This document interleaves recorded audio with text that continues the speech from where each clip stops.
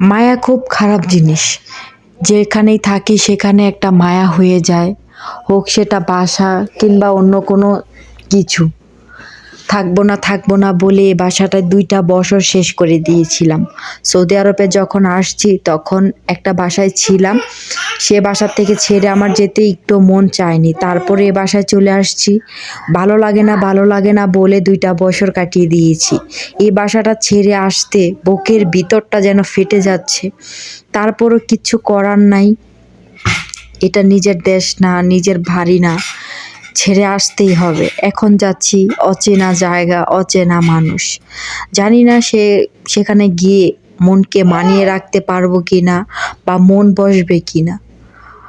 আইমানকে নিয়ে চলে যাচ্ছি অন্য বাসা খুঁজতে থাকতে। তো সৌদি আরবে আসলে কষ্ট লাগে যখন একটা জায়গায় থাকি সেই জায়গাটা ছেড়ে চলে যেতে, বা গোছানো সংসার সেটা এলোমেলো হয়ে যেতে খুব কষ্ট লাগে। মানে এটা একটা স্মৃতি হয়ে থাকবে।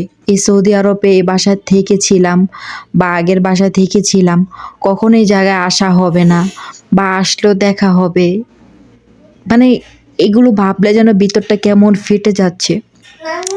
খুব কষ্ট লাগতেছিল। কোথায় যাব, কোন জায়গায় যাব, কেমন বাসা হবে, সেখানে মানিয়ে নিতে পারবো কিনা। মানে একটা অন্যরকম খারাপ লাগতেছিল।